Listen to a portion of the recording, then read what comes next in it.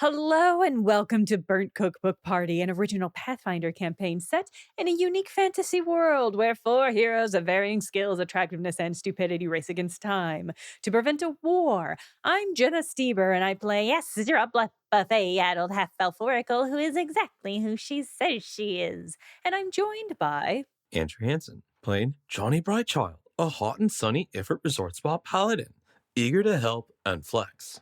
Caitlin Stayduhar playing Patty Hertz, a ratfolk ranger dandy with a nose for gossip and cheese. Paul Luetkemeyer playing Zelf, an elfin battle chef carving a name for himself in the high-stakes world of magical cooking. And we're, of course, led today and for the rest of all time by our illustrious GM and world builder, Justin Green. Justin, how are you? I've been better. I don't think that the cardboard beds that we all got to really hone and focus our podcasting has been working very well for me. You don't think that, are they disrupting your sleep? Is that the problem, or? Yeah, disrupting my sleep. They're really loud, which I think is against what we're trying to do for the podcasting. I mean, I feel like I'm making a lot of noise rustling around on them. The sound of tearing cardboard, rustling. Yeah. Yeah, right? Have your cats Justin, gotten into them? I was just going to ask, have the kittens been stabbing their vampiric little kitten teeth into them? So this is a true story. My kittens have torn out the bottom of the box spring on my bed, and at night they crawl inside of it. Like little rats. It's infested, Justin. Your bed is infested with kittens. Gremlins. I will just say that cardboard has structural issues when it gets wet. Oh, no. Proceed with caution. I guess it's nice to have recyclable beds. That's the only purpose I can really imagine. Yeah, cardboard is a renewable energy. Well, Just chew it up, spit it into a mold. okay. If you're a vampire, you can easily mail yourself like in your coffin whenever you're moving to a new city. That's right. That's right. You just fill a box of dirt, climb in, Yeah. Okay. tape it shut from the inside. I do love that. It has such a like an 80s movie vibe of like the vampire who ships himself in a cardboard coffin. The year I went to Olympics, all the beds were made out of gingerbread. So that was the real struggle, is that you couldn't eat it until the last day. And then you just went hog wild. But then it was stale. Yeah, but then it was stale. And that made for a better bed, but a worse snack. What is that? The North Pole hosted the Olympics, Jenna? That would be cute.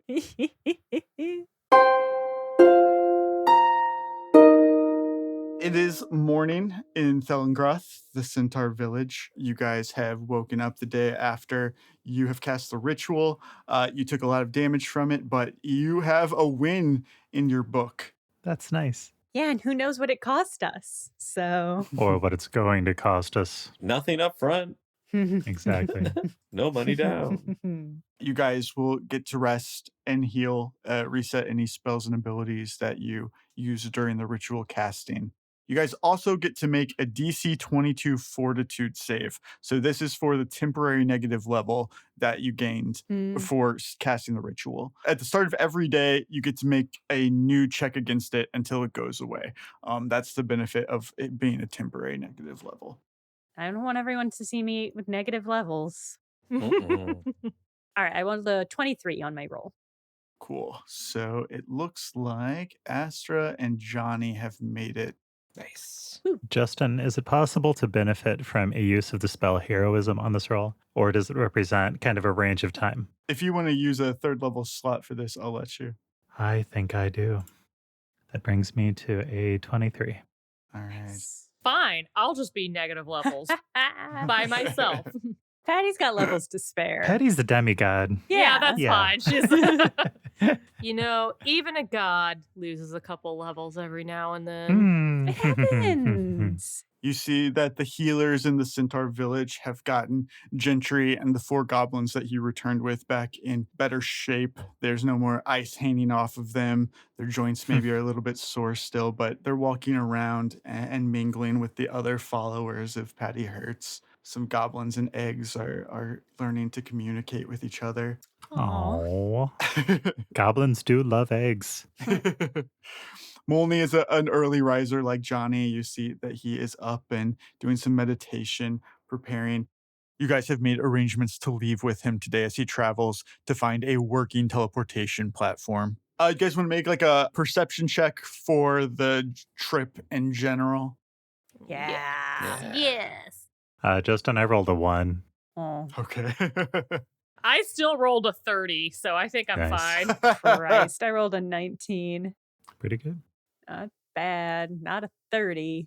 I must have rolled really high. I rolled a 19 also. Yeah. Which means Ooh. that it turned into an 18. An 18 for Johnny. That is very Really good. Maybe your best perception check of the game. I think it might be. I just like I'm looking at that like wow. That's because I'm in scarecrow mode, probably. Like I'm naturally built for observation. It's literally the second best score Johnny is capable of.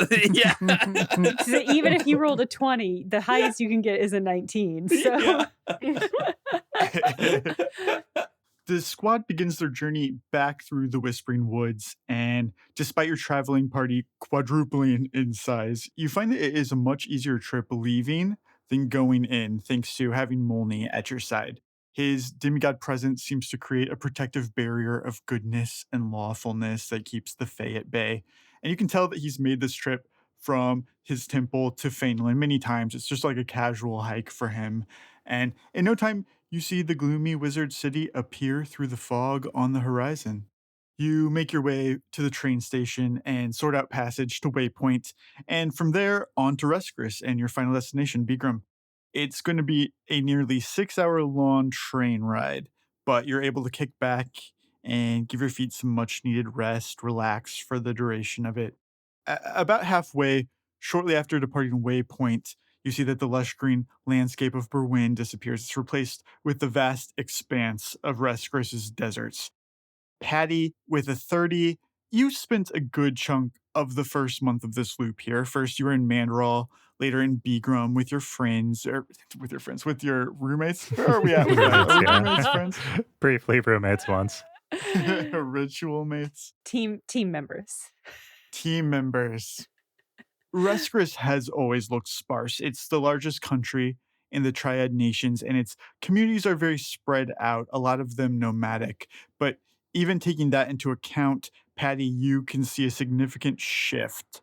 When the train passes through Nantrum, where you ended last loop, you note immediately that the aqueduct and reservoir are completely dried up, and no one is here, not a single person. Johnny, with your 19 and also just being more familiar with the area, with the smaller villages and trading posts in between station stops, these small signs of life that you expect to find dotted along the landscape as you look out the window on the train, they're all gone. Occasionally, you may see a few deserted tents or like a pile of supplies that were dumped across the trails that you know so well that you were sworn to protect as a member of the Sirocco. It's all very unsettling. But eventually the train whistle sounds and you know that you're just a few minutes out from Bigrim. Johnny, this is your homecoming, but also you've got the gratification that comes with having your god at your side as you return home.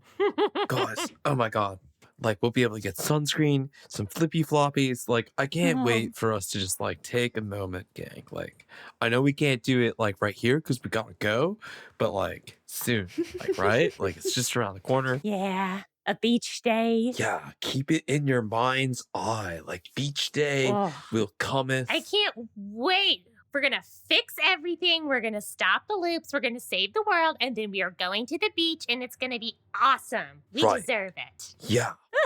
Molly, will you come to beach day? Oh, absolutely, I'll come. You know I love beach day, bro. Yeah. Oh, dual god beach day? Fun in the sun, man. He does like the symbol of Gavilan on his chest. Yes, So of good. course. Oh my Rockin'. god. Johnny also does a rad sun symbol back at him. Yeah. It's a very surfery kind of like Yeah. Hansen symbol, I'm assuming. Like Fun in the sun, brah. Yeah. front of the sun, bruh.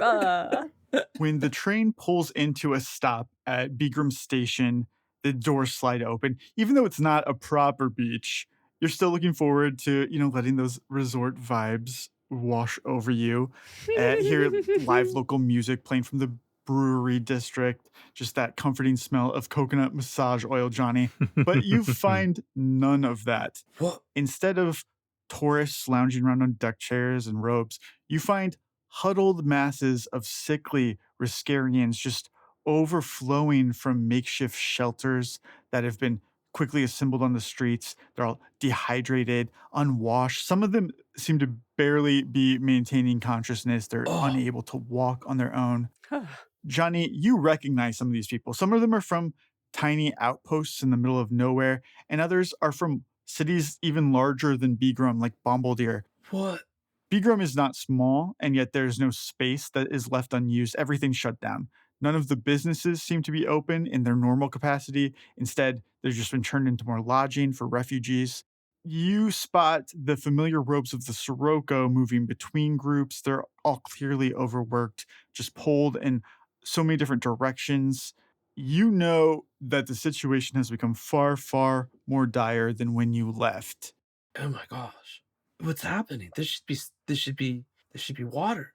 Patty, you were here early. Something's wrong. Oh. We've got to do something. Oh, I agree. I mean, these resorts are an important part of the community. Like, it's where everyone goes to relax and just like chill and drink drinks by the pool. And I mean, if you can't do that, how can you be re-energized enough to work for justice and goodness in the world? Oh, if the town people need jobs at the resorts too. If the resorts close, they're not going to have jobs, and then they're not. Oh, it's just terrible. Just terrible. We got to get these things back up to standards. Zelf has the sunglasses on. He's at the desert. He says, seems like this resort town is more of a last resort. I agree. There's going to be some scathing reviews left of these properties if you don't intervene. I guess that's the consequence of Hibdal disappearing from the world.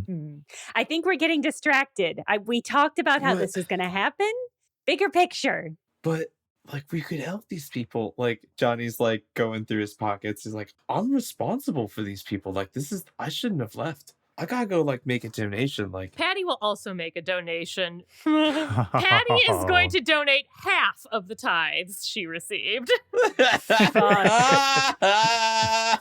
sake. Is there any kind of infrastructure for the teleport aqueduct technology? Yes, absolutely. You have seen it in Nantrum. Okay. Patty and Janni know that it exists all around Reskris. It was set up by Gaffinright to teleport water from Mount Gimdim to areas with large populations. Really just everywhere other than Bigrim, because Bigrim is the only city in Reskris that has its own natural water source. The problem is that it runs on divine Hibdalian magic, and it has stopped functioning since the beginning of the loop. Well, I was just curious if Patty could take a look under the hood, but that seems like another long shot. Johnny, things change with each loop. One of the things we have to live with in this loop is a temporary water situation. Astra or Zelf, was there anything that you wanted to do? Are you just going to watch it happen and not donate?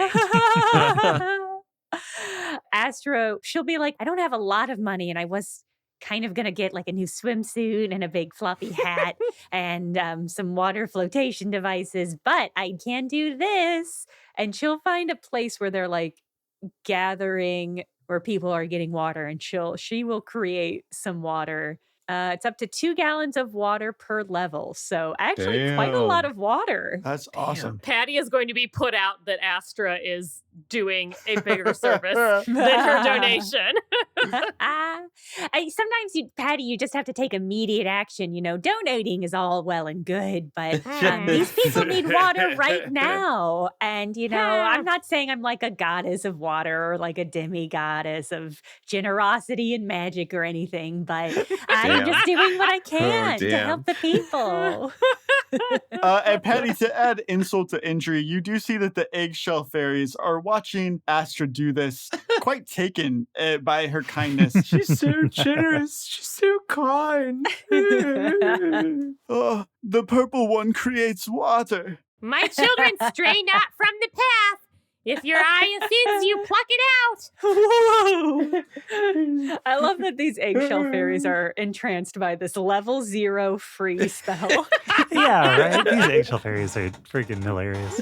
I love them. God bless. You see something interesting, Astra, that you've not seen before, which is the eggshell fairies do something useful. Fucking incredible. They gather around you in a little circle, and they begin to cry, And as they Oh, cry, God. they cast a spell together as one, a spell that you're very familiar with, Obscuring Mist. And you see Whoa, this sort of what? odd, fey, glittery mist. But then they do something different with it. They are going to use this mist to create some water. Oh. Whoa. Even though the eggs are doing this to sort of mimic you, watching what they're doing, you realize that your own Obscuring Mist could be used in this way. Wow.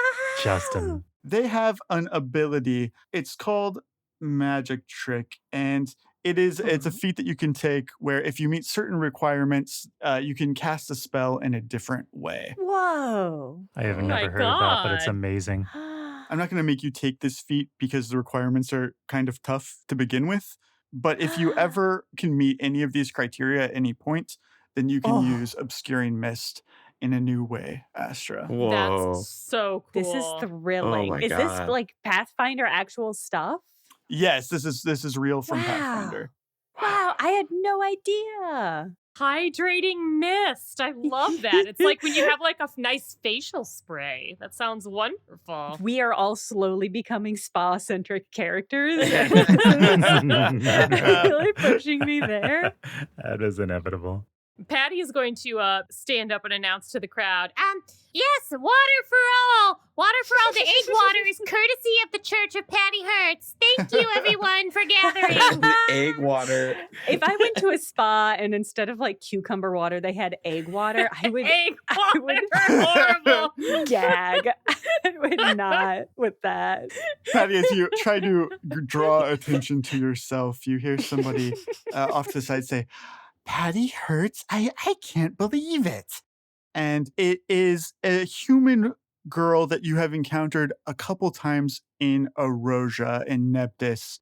She is another famous person, but she's not famous for her acting career, which is honestly kind of flatlined a couple of years ago. But she was able to pivot that into becoming sort of an influencer and sort of doing charitable work, but empty charity work, just the kind that you would do for attention.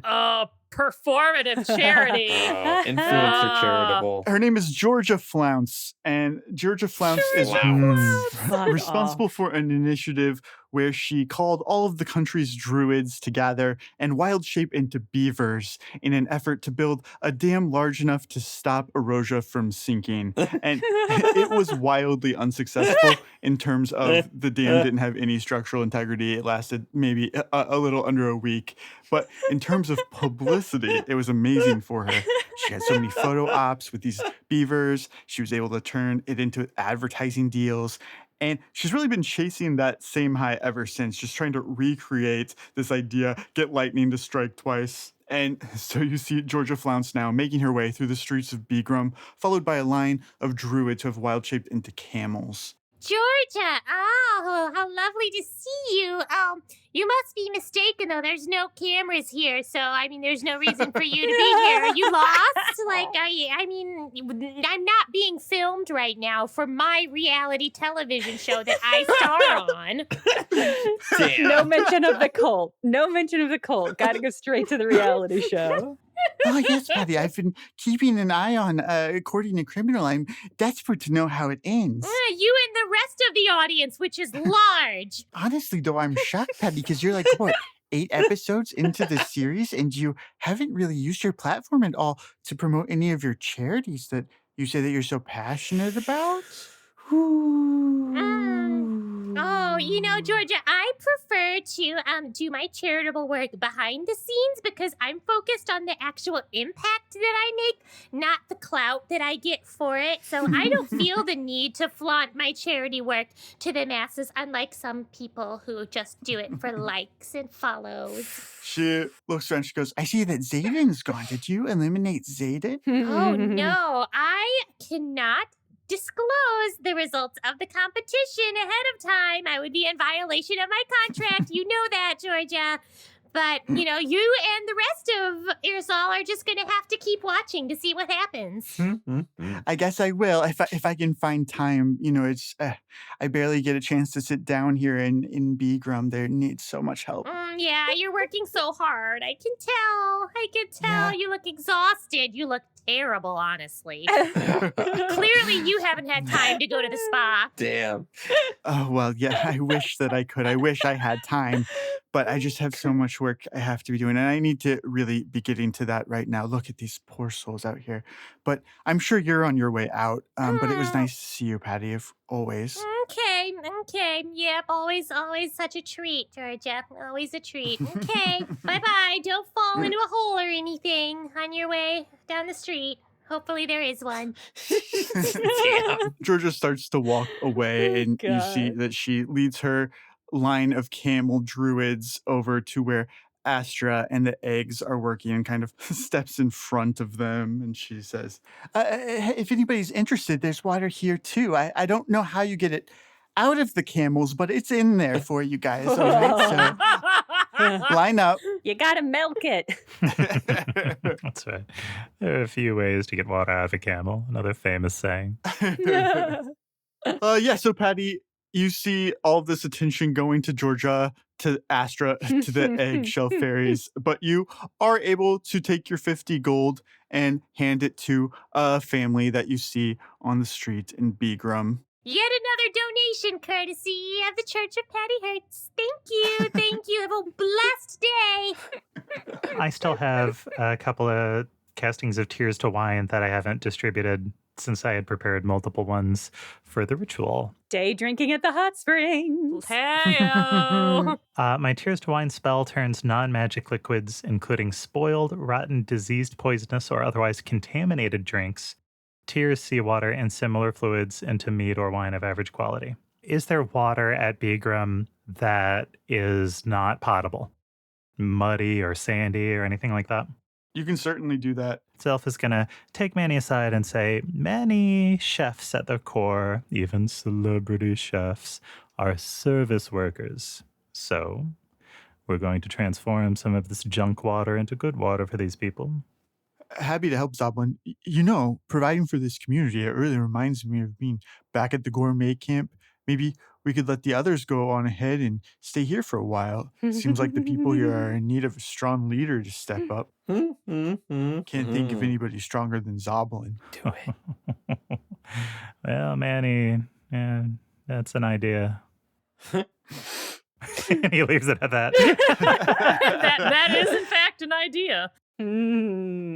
I don't know if I need to start my own cult just yet. I'll wait until I'm a demigod first.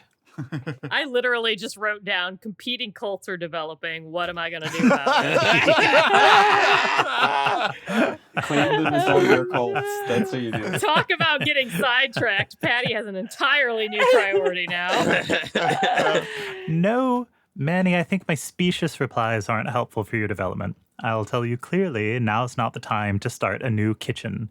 We've got to deal with this demigod situation, and once things slow down, maybe we can find some line cooks, some dishwashers, yada, yada, yada. But for now, let's keep our eyes on the prize. You know best, Chef. I just hate to see Astra over there getting her hooks into other people. Astra's over there my laughing, God. telling jokes. Yeah, doing crowd work. Yeah. She'll turn the eggs against you.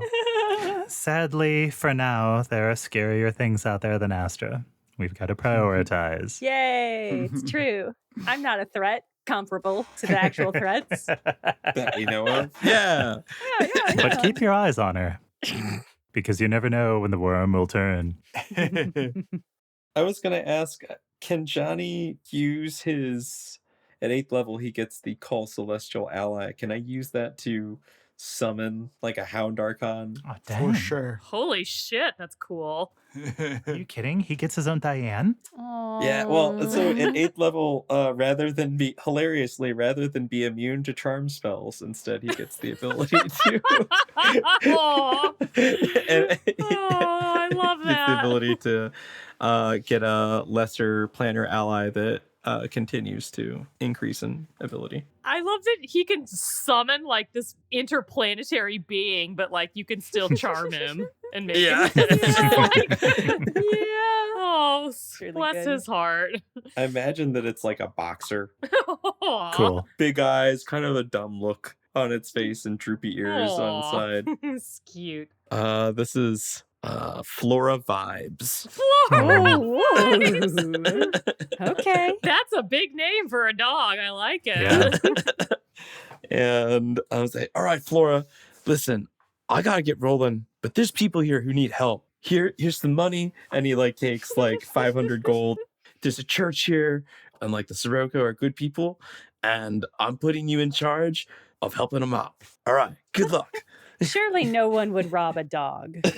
Flora barks a couple times in acknowledgement and runs behind you, only a couple yards before they stop at the feet of a tall, hairless Ifrit who is watching you closely. Master Orum's stare cuts right through you, and you're not sure if it's the celestial dog or something more esoteric, but it's clear that they recognize you even without your body, Johnny. And they say, "It seems Johnny Brightchild has finally found his way home. I hope you have a good reason for not coming to Bigrim's aid yourself." Damn. I do. I have some very good reasons, Master. One of those is the fact, as you can tell, I don't have a body right now. I'm in a scarecrow. and so Johnny manifests himself as a ghost outside of the scarecrow, and it slumps down behind him. And he says, I don't know how to explain this, but a demigod of Citrix has taken over my body, and I know he's doing things that aren't right, but at the same time, people are killing gods, and so I've got to go. Not just like for myself and like for Molney's sake and for my own people, but like for all of Irisol, like this is like a greater calling. I think that you and Gavlin would understand the choice that I'm making and know that it's not one that I'm making easily. And then he will slump back down into his scarecrow body and reach for his master to help him up. Yeah, Orum stands back up from where they were petting the dog and comes over and picks up the scarecrow. Johnny, to be honest, you're not the first person to tell me something like this. If you have a moment, come with me to the Sun Springs. There's somebody that I would like you to meet. Well, gang, I gotta go. Johnny. Johnny, while we talk, your friends can enjoy the hot springs, perhaps. Oh, Oh, gosh, that would feel nice. We've been trekking and train riding and boating and fighting and sleeping in a lot of uncomfortable positions. I mean, remember how well we did on the ritual? Like, we didn't even get a reward for that. Like, we didn't even have a nice dinner to celebrate or anything because we were in Bumbletown, Centaurville. Like, come on, let's enjoy just a little bit. I think it would be fine. Zelf, where do you land? Hot Spring? It's just like a big pot of soup. You're going to love it. I hear the hot springs here have a special way of boiling eggs, but I don't know what it is, but I bet they're tasty. This sounds like a master-apprentice situation, and I deeply respect that bond. I'll go to the spa. The four of you are led by Orum to the Sun Springs, which is a large church of Gavilan that is built into the hot springs of Bigrim. It is both a beautiful, steamy, relaxing space, but also a space of worship. There are some altars to Gavilan here. You see a lot of Sirocco. Of course, the church is open for the people who need lodgings to stay as well inside of there. That's no different than the rest of the city. Justin, can you help me understand what steamy worship looks like? Because I'm trying to blank. Is this like hot yoga? Yeah, I think so. Oh boy. I love it. A lot of like meditation and pushing yourself to the edge of like exhaustion and heat stroke and just like having visions from it. Oh, truly spectacular. Awesome. Yes, Yeah. sweat lodging. Yes. Yeah. Oh, so Love it. good. Yeah. Oh, yeah. Okay. Gentry Till is furiously writing down ideas for which of these like beauty regimens can be incorporated into the Patty Hearst's religious business model. So Orum takes you into one of the back chambers, and inside you find a couple familiar faces waiting for you. It is a trio of respectable elves, 2 boys and a girl, all carrying holy symbols of Gavilan. Oh, Lord. With them is a miserable-looking human teen with floppy dark hair that he Oh, brushes out of his face with black painted nails. Yes. This is Castian's squad from I knew Shadowlands. it. I Oh my knew it. God. Okay.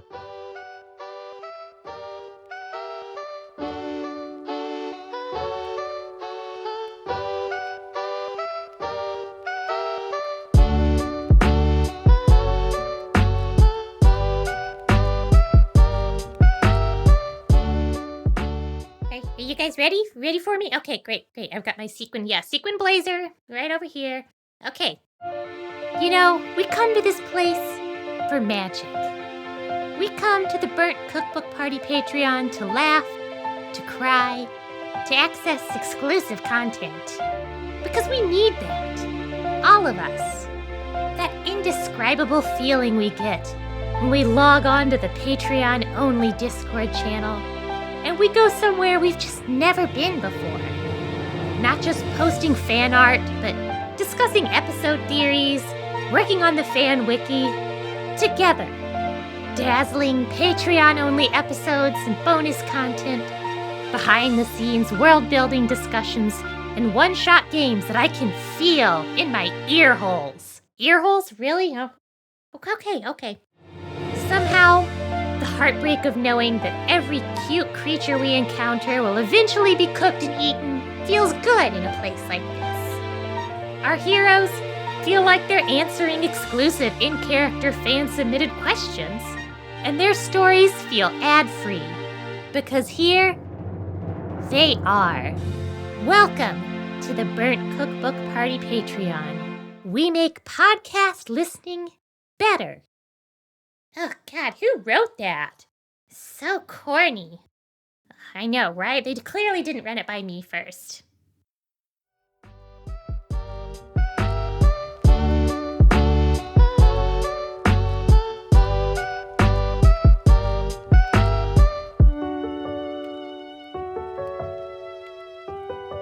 When Orem enters the room, Castian and the others are immediately on their feet, deferential. Even Harville knows to show them respect and seems to do so genuinely. Orem directs Castian your way, Janni, and says, "Please forgive his strange appearance. This is the pupil of mine I was telling you about, Janni Brightchild." Castian is confused, but he approaches your scarecrow body and he kneels politely. Well, you don't need to bow down to me, bro. What's up, Castian? Oh. Get up, bro. High five. You know me. What's up? Castian goes to high five you, but then hesitates. Janni, you see strapped to his arm is a shield of Gavilan, but not just any shield of Gavilan, the cursed shield of Gavilan that you gained possession of from Sniprit in the first loop. He is wearing it on his arm. And before he meets your high five, he pauses and catches himself, quickly puts his hand down, kind of moves it behind him, and he just bows again. He's like, "Oh, certainly, that would be inappropriate." What? Bro, okay, I guess, yeah, sure. Johnny does the bow back and then does the rad sun sign after the bow, like, sun, fun in the sun. What's up, dude? Yeah. What are you doing here? I thought you'd be like, out and about doing shadow and stuff. I'm surprised to see you here in Bigrim. I have so many things to ask you. I suppose that Orem told you already that I was part of Shadow End? No, Yes, that's exactly what happened. I don't even know how I know things anymore, Castian. Honestly, like, you ever thought about that? Like, how you know, like, when it's morning or like when it's time to wake up? Like, what you just do? Oh, every morning you wake up at 4 a.m. sharp so that you can adequately prepare to view the sunset that Gavilan has blessed you with that morning. Right, exactly. And so, like, that's how I knew you'd be in Shadow End. I'm not sure I follow, but I suppose I can speak openly amongst other paladins of Gavilan. Yeah, bro. Are these members of the Sirocco with you? They're definitely my bros. Mm-hmm. And they help people. Like, Astra and the eggs made a lot of water. So much like, water. To help and people. just, out of the goodness of our own heart. You haven't seen it because they've been busy, and like that's why I'm vouching for them. But no, they're not Sirocco. No, but we're good people, so suck on that. These are your fellow Shadow and cadets, bro. Listen, it's too hard to explain. But you gotta trust Johnny's me. just committing to the past story. They all took the same vow and back at Shadow End with us. They're solid. That's right. No. Solid dudes. We took the vow of righteousness and we all high-fived. Yeah. Sorry, he gets a little confused sometimes. The heat gets to him a little bit. Johnny, why don't you stand in the shade? Okay. Grandpa. But I was just talking to Castian, though. Like, you don't know him, right? Yeah, no, we don't know him, Johnny. We don't. We haven't met before. We can say we know him by reputation. Okay, I suppose I will accept that for now. Well, I wish I could say that I was here to help with the water crisis, but unfortunately there are more pressing emergencies that require my attention. So I came here to find Master Orim for guidance, as I fear that Molny is being targeted by those responsible for killing Hibdal. No way. Yeah? What makes you say that, Castian? Wait, do you have a book? Do you have a journal that talks about the future?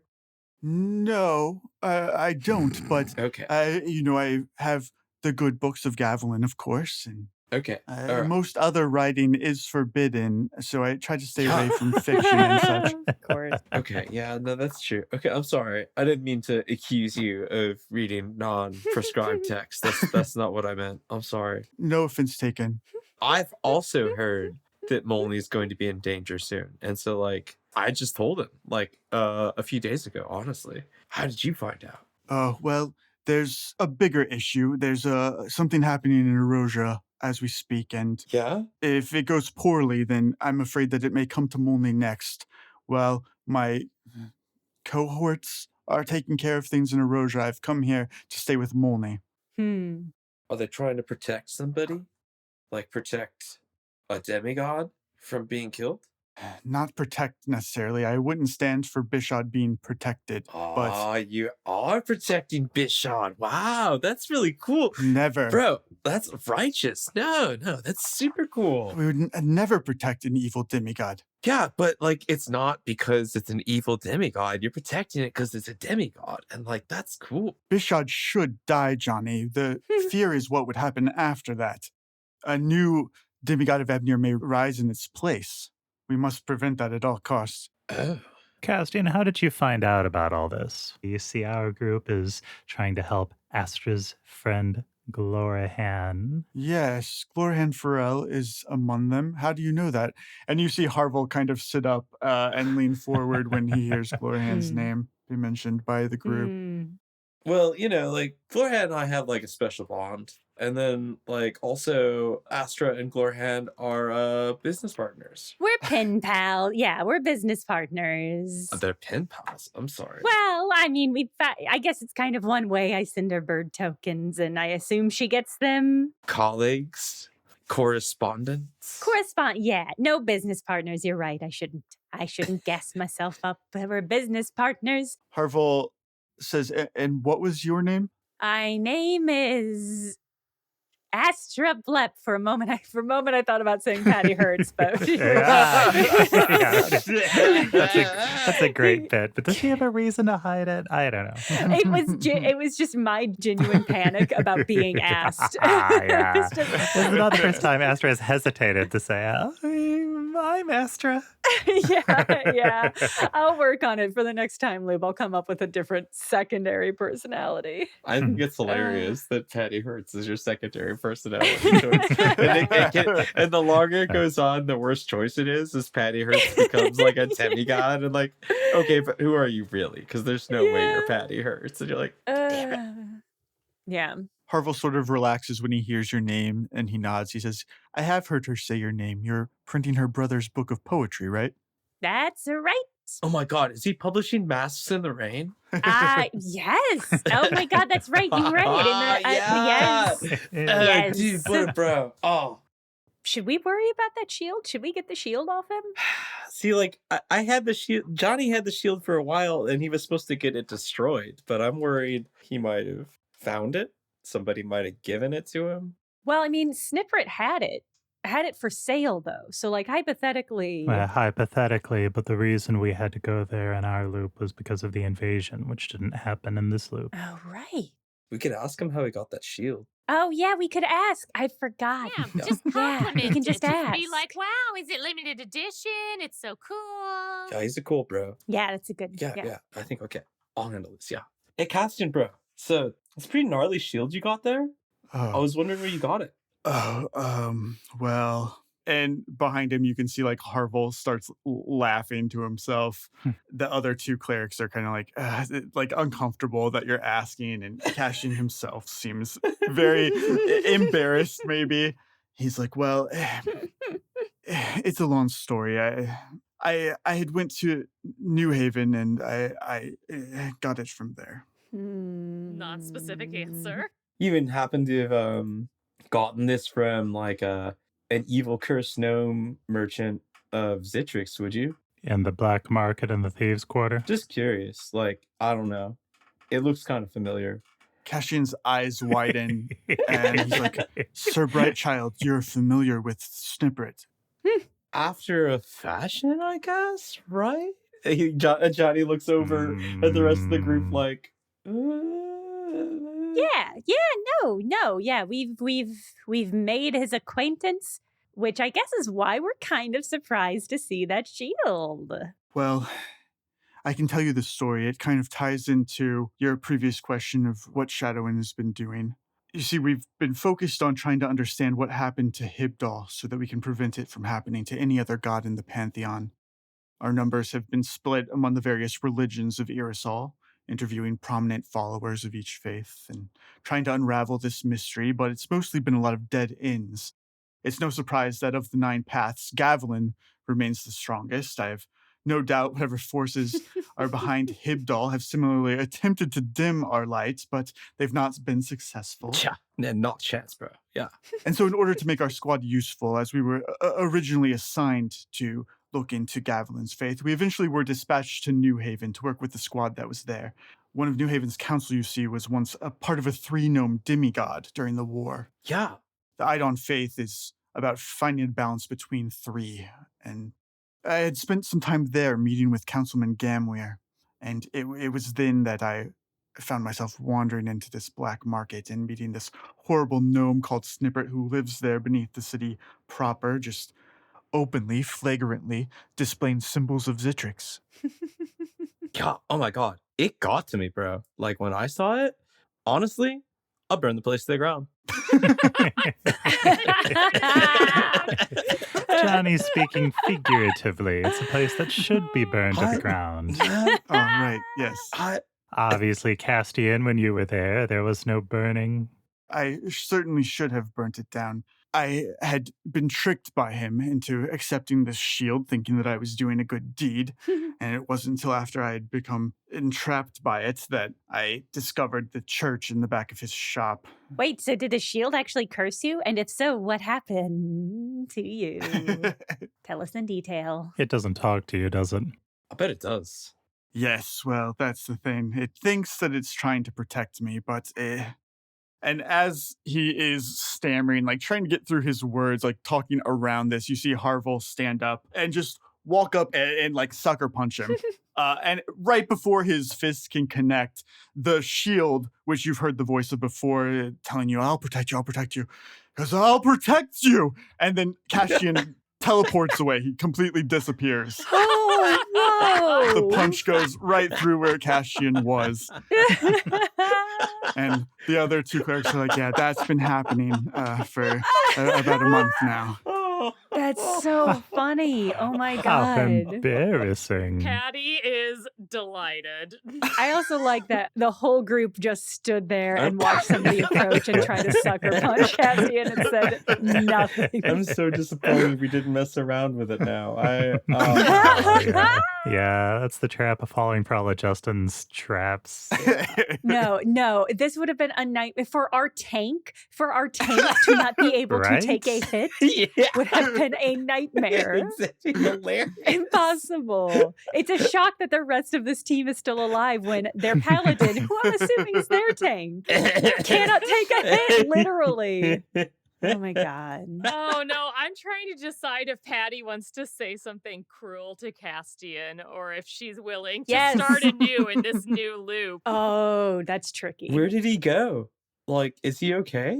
I was like, oh yeah, just give him a minute. He's probably like a block or 2 down the street. He'll be back in it in Oh a my second. God. Just try not to bring it. He's really sensitive about it. Like, does that happen anytime somebody threatens him? Oh yeah, even if someone is just starting to raise their voice sometimes, it's pretty obnoxious.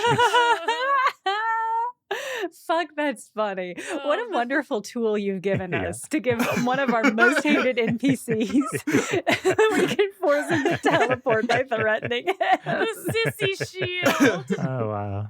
Talk about conflict avoidance. So are you going to destroy it? Because that's like what I was thinking about doing when I had a cursed item like that.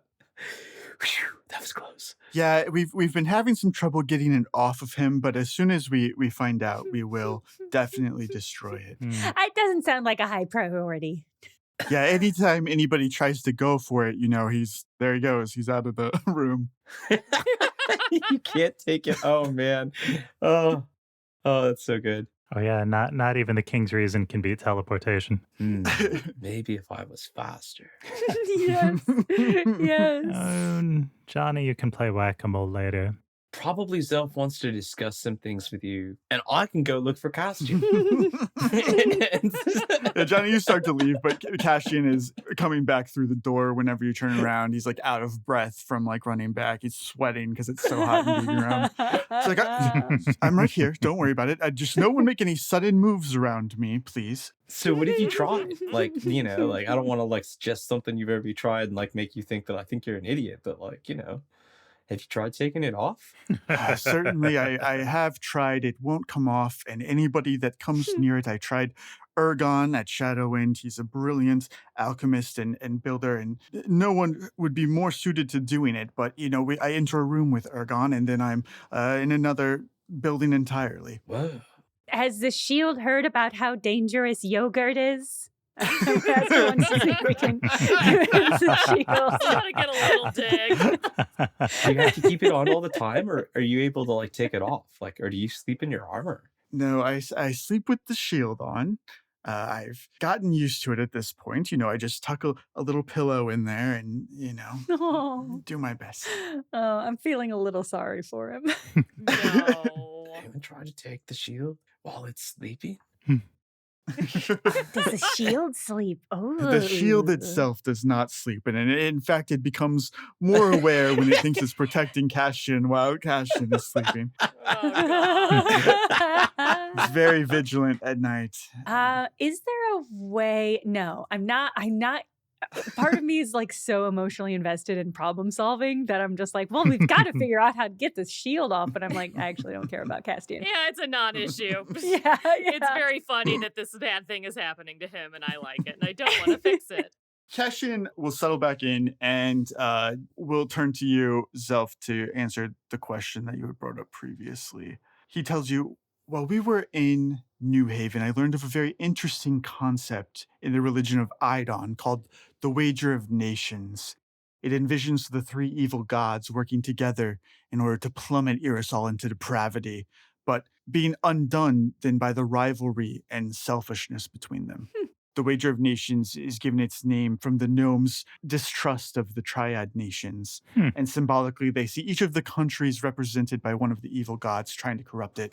Ebnir to Erosia, Lunis to Berwyn, and Zitrix to Rescris. Awesome. I believe now that in this time of unrest that there are individuals who have taken this concept of this wager and made it a reality. And there are three individuals working together to usurp the positions of the three evil demigods. And it must be infuriating for those profane followers that their demigods have become so dormant, trapped in ice, or withdrawn into the deep, or no demigod of Lunis ever even existing. See, when I was in New Haven, and I had met with Sniprit, and I eventually went into the church in the back of his shop, I saw that it wasn't a church for Zitrix, nor for the Doom weapon. It was for a future demigod. One called Einage. Oh my god. Sniprit and his brothers, they spend all of their time back there. They describe it as an arms race for divine power. The first to get evil ahead of good, but also to get Zitrix ahead of Ebnir and Lunis. Just infuriating. Wow. They didn't say anything else about this Iron Age, did they? No, just that they're trying to raise this demigod to replace the Doom weapon. Well, that would be a shame. I like my Doom weapons in the refrigerator, personally. Similarly, we have uncovered proof that High Mage Saken Windhorn of the Court of the Archmage seeks to become the demigod of Ebnir. One of Windhorn's court underlings was robbed by an associate of the New Haven's Thieves Guild, and among the items that she stole was Windhorn's communications with a less than reputable auction house in Erosia, where he had purchased a waystone. And this waystone, when imbued with profane power, is said to grant access to the artifact of Ebnir. Oh. You ask about Glorahan. I'm not sure how you know her, but she is indeed, with her Shadowwind squad, dispatched to Erosia with another squad to try and beat Windhorn to it, though I fear that their progress may be stymied by the fact that there's nobody evil among their numbers. Cool. Well, evil can be faked. As he speaks, he takes out the proof that he has gotten on Windhorn and hands it to the group to go through some various papers. So you think that Glorhan's team, one of them is going to try to usurp the power to become the next demigod? You don't think they're just going to try and stop Windhorn? No, of course not. Of course they wouldn't try to become the demigod themselves. All they would need to do is get the artifact somewhere safe, and then we can work out what to do with it from there. And what do you want to do with it? Well, destroy it, of course, if there's Of course. a way, but I highly Yeah, of doubt that that's even course. possible. Of course. Well, God, is that a good thing? Do you think it would be better if there was just no demigod for Evnir? I mean, he is lawful evil. The fact that there's no demigod of Lunas has been a boon to the world, certainly. Maybe. I don't know. I mean, that Mm. just feels like it's upsetting the natural order of things. You know, the gods are good, the gods are evil, but the gods are. And if God should have a demigod, then all the gods should have a demigod. Not that I'm biased or anything. No, I'm with you on that, Patty. Like, I feel like, don't get me wrong, like, Ednir, Lunas, and definitely Zitrix, like, they're the enemies, right? Like, definitely, like, I've spent my whole life, like, dedicated to, like, fighting that crusade. But, like, at the same time, I don't think I, like, really thought about what it would be like once it's gone. And like, what happens to the good when there isn't any evil? I mean, Yeah. is good the same? Does good become evil? Does something else come in to take its place? I think we're just messing with stuff that we have no way to know. Yeah, you're right that it'll just kind of muddy the waters, right? Because if there's only good gods, then evil people are going to start worshiping those good gods. And then what do those gods even stand for anymore? Whoa. Plus, we all know that there's objectionable good and evil. So okay, but when I say that, maybe we should just get rid of the evil demigods. I don't know, like, Ebnir's also, like, a judge, right? Like, he deals with law. That's structure, though. Like, it just needs, like, a good person in it. Maybe these demigods are just doing their best to try to fulfill their role, and they're learning as they go, and they're trying to be a successful demigod, but they don't really know what they're doing, and they're just trying really hard, but it's a lot to take on all at once. And maybe we shouldn't judge them so harshly when they're just doing their best. I mean, I think we can judge the doom weapon. I mean, it's in the name, I think. I mean, okay, that one I'll give you, I guess. Okay. That's all I asked. Yeah. I guess that's, like, kind of an interesting question that, like, I've never really thought about before. And, like, I think, like, my brain is probably going to shut down after I say it out loud because, like, the enormity of it is so, like, if gods are fallible, like what you just said, what does it mean to be a god or a demigod? Well, Johnny, who knows? Perhaps gods are merely forces of energy that pass through planets in our solar system, and we're projecting godhood onto them out of our fallible mortality. Right? Isn't that kind of like what Gia was saying? Is that, like, the gods were just, like, middlemen? Like, that just, like, had taken, like, sort of like the conduit of the planetary power? Somebody with an inflexible mind might call that heresy. I don't even think I should be in a room listening to all of this. It's quite dangerous, the words that you're saying. And he barely gets the word dangerous out before he pops out of the room. Yes. Oh, he's threatened by this discourse and just pops out of existence. God, I'm never going to be able to have a conversation with him if he just pops out. I know. People like that are so hard to have serious conversations with, aren't they? Seriously, like, oh my God. They always say, "Are you yelling at me? Are you yelling at me?" And you say, "No, I'm just talking." And they always say, I've got a cursed item that teleports me away if you're yelling at me. So you always have an excuse for leaving. I know. Yeah, it's almost like goodness and rigidity is just as bad as you. I want to pour over the information we got about Glorhan's squad's movement. to see what information they have about like where they've gone, where they were headed, like what they knew about where they were going to meet Windhorn. Either a perception check or an arcana check, whichever's better for you. Ooh, ooh, ooh, ooh, ooh. It's perception only slightly. Ooh. I got a 20 on my perception check, so. Nice. Astra, you have rolled a 20 on your check going through these papers. You're flipping through, you find what Cashin was telling you about, receipts from the Devil's Auction, where they got a hold of this waystone. All a bunch of suspicious shit, but nothing that you really didn't already know that he's, not really a cleric of Vedana like he claims to be. But one thing that you do find that are of interest are 2 blank pieces of paper in this stack. Ooh. And it immediately rings a bell that previously you had gotten blank pieces of paper from Ansel. That was from Windhorn. Sure That was actually did. password protected with detect magic. Okay. Wasn't it just like Cult Club or something like that? It was the cult club, yeah. Yeah. Fucking join the cult club is hilarious. Yes, excellent. Well, I'm immediately going to cast Detect Magic to confirm that these are also. The password prompt appears on these blank papers as soon as you look at it with detect magic casted. And you remember that the way to get into it was speaking the word Mephit and infernal. Well, I do that. I do that immediately to see if anything pops up. As soon as you speak in infernal, you see the heads of Eiffel and Gosh immediately turn towards you, just in shock hearing it spoken out loud. But Sorry, just something in my throat. And did you watch words reveal themselves to you as if someone is writing them in real time across this parchment that's in your hand? On the first page, Astra, you have a signed contract between Windhorn and Headmistress Nerixina that appears. Uh-oh. Shit. On Nerixina's side, she's promising Windhorn the death of Bashad. Wow. And she claims to have access to both the Godkiller sword and a source of ley line energy. And she states with certainty that if she releases the stockpiled ley line magic that they have from within the underwater city of Neptus, it will be enough to successfully lure Bashad from the depths of the ocean. Oh, shit. That is spectacular. Justin, they just put some soup into the porthole.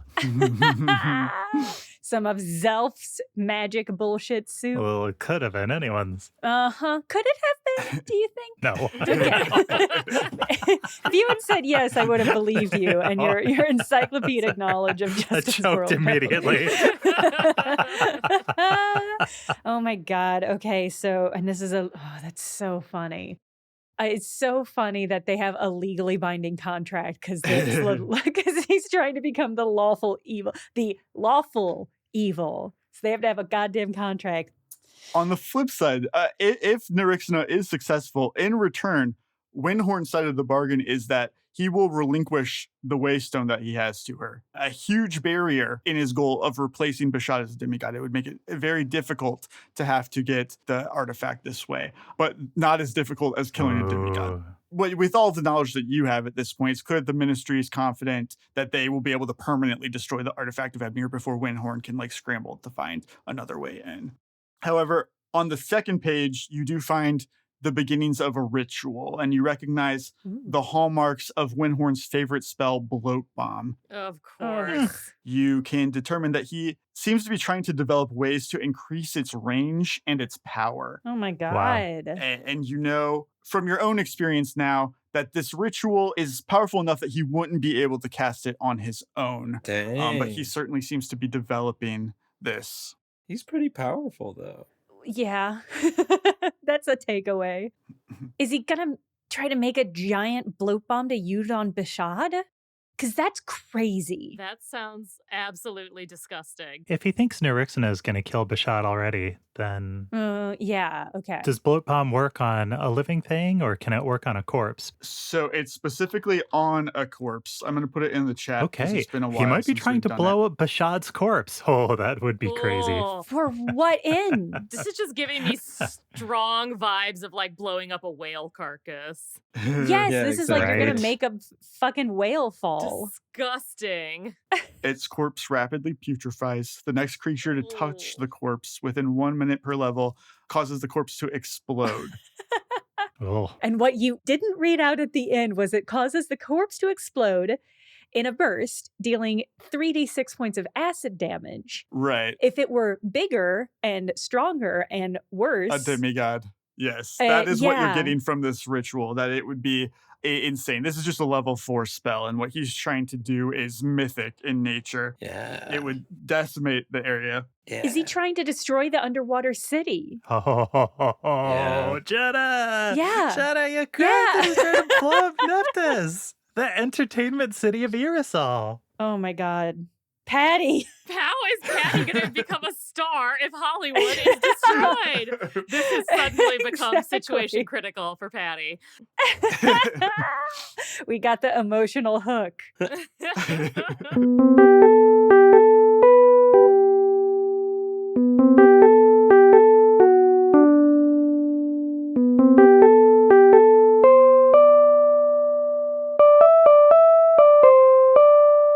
Hey, thank you for listening.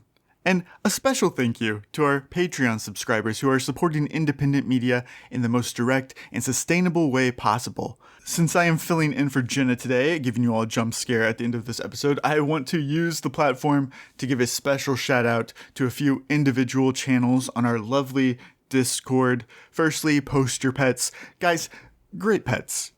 Secondly, the String Theories channel, a very popular place to try and blow up my shit. I want to say it to one specific user on there. You are 100% right. I hope you know who you are. Lastly, a special shout down to the Discord channel Food Crimes. I'm not judging you, God is. Our DFTBA merch store is at bit.ly/JennaMerch, all lowercase, one word. Or you can find a link in the show notes. And as always, you can find us on Twitter and Tumblr at BCB Party, or email us at burntcookbookparty@gmail.com. Burnt Cookbook Party is Andrew Hansen as Johnny Brightchild, Caitlin Stayduhar as Patty Hertz, Paul Luetkemeyer as Zelf, Jenna Stoeber as Astra Blep, and Justin Green as GM and World Builder. BCBP is produced by Jenna Stoeber. This episode was edited for content by Justin Green and edited for sound by Akshay Balakrishnan, who also made that amazing knockoff Nicole Kidman AMC music for the Midtro himself. Just chef's kiss. Great job, Akshay.